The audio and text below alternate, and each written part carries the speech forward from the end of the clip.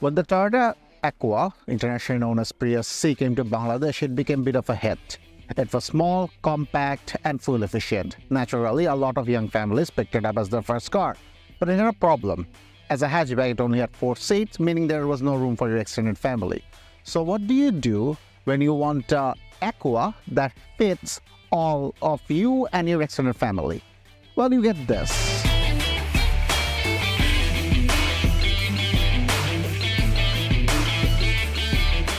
This is a Toyota Sienta. What it essentially is an Aqua with 2 more seats stuck on its back. As you can see externally, the family resemblance is very clear. You got the same grille, same blue accented nose, almost the same headlight, and this weird cutout channel that Toyota insists all of their hybrid must have. Overall, from the front, it looks pretty good. But as soon as you move to the side, things get a bit more weird. As you move into the side, the proportion gets a little weird. Now, the front of the thing looks good, but then it got a weird hump of the back. Then a side profile that can be best described as multiple metal panels bashed together to form a shape. But it does have some advanced fuel-saving stuff though. It got some neat little vortex generator built into the A pillar and the C pillar that helps you save a few liters of fuel. Side skirt that stops halfway for some reason. A blue piece insert just for cosmetics. A really weird C-pillar window that makes absolutely no sense, but there is a nice touch. If you press down this button, you get automatic sliding doors. And if you ever park in any of the parking lot in Bangladesh, you will know that this is a godsend. As we move to the back, things get really weird.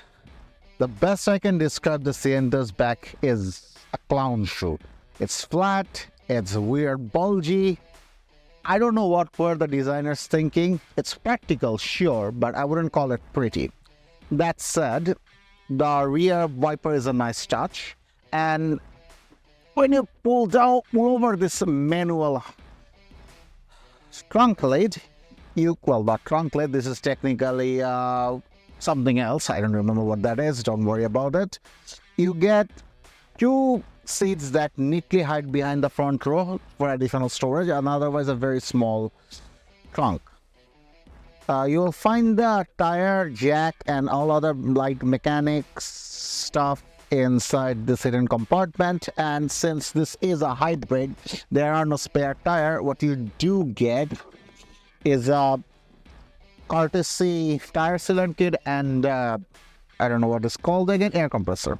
Overall, the best I can describe this car as practical. It may not be the most aesthetic pleasing design, but it will fit 7 of your family members, and it will do so safely. As I get into this car, I find its first biggest problem. Namely, it's not really designed for tall people. I am almost 6, 5'11", and there's literally no room for my knees here.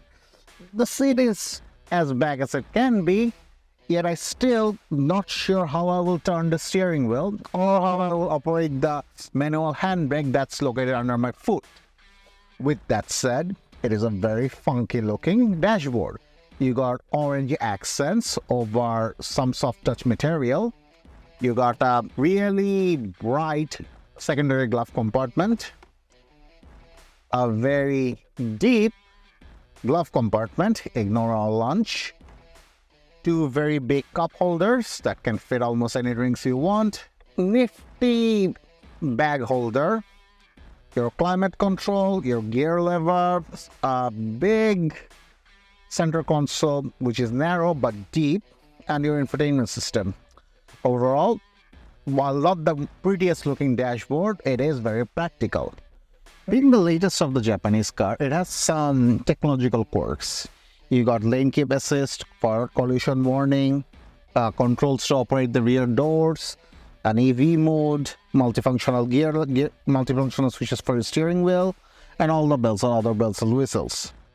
The gauge cluster view is a bit weird. It's narrower than what everyone's used to be, but it's also a bit higher. That means you get a clear view over your steering wheel. On the on the gauge cluster, you got your power level for your hybrid system and a speedometer.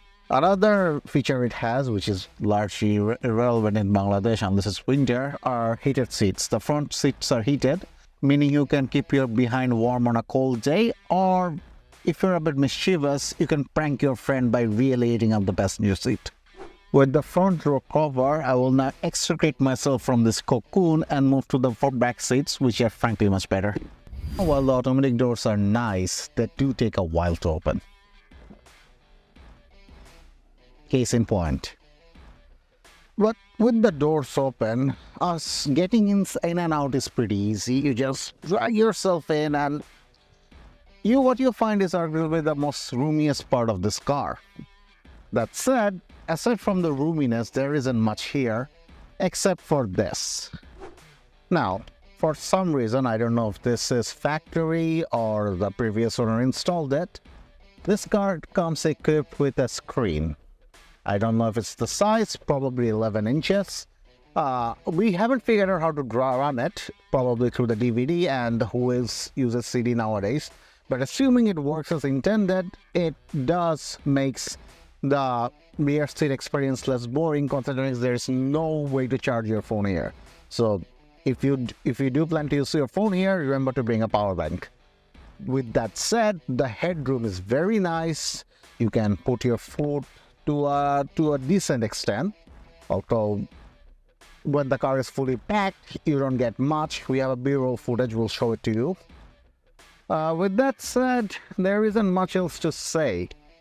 The seats are comfortable, though I don't like the material.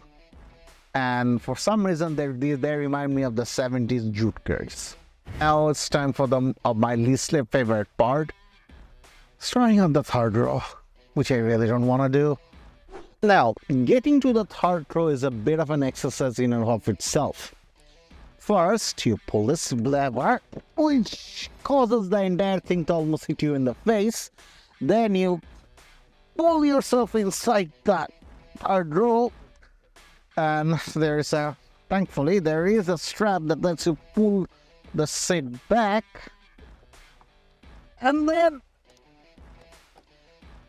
you pray to God that it's not more than a few hours because your knee is gonna give up otherwise.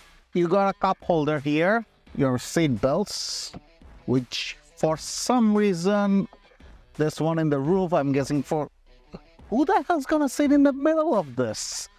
Anyway, there's a little storage in the corners, and that's about it. This is your little glass prison until you reach your destination.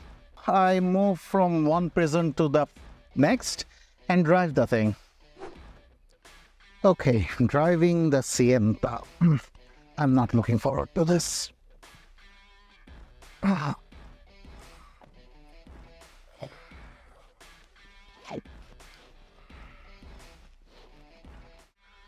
I need to disengage the handbrake. Toyota thought it was a good idea to put it right beside your brake pedal, which granted is a very old practice, but for someone who has barely enough room to move his leg, this is really inconvenient. Okay, start the car. Happy birthday. It's quite a few months away, buddy. And like every modern car, it yells at you a lot. Anyhow, put it into drive and there we go. Now, driving the Sienta pretty much feels like driving a go-kart. As soon as you hit the accelerator, likes to go. But then again, thanks to the hybrid system, it accelerates quite faster. With that said, it doesn't want to go any further than 120 to 40. After that, it's gonna complain a lot. Of course, being a family car, it has pretty soft suspension. If you throw it around, it will bounce. With that said, if you have family on board, you really shouldn't be throwing this car around. Other than that, there isn't much to say. The leather on the steering wheel is fake, means it will sweat up your hand. Why did Toyota even bother with this? I have no idea. Other than it, the suspension can absorb most of the bounces, but if you go through ramps or anything, it will feel like a magic carpet ride. Other than that, not much to say about this car. It's your average Toyota. It drives, it takes you to places, and it does so without breaking down every 5,000 kilometers. That's honestly everything you can ask for from a car.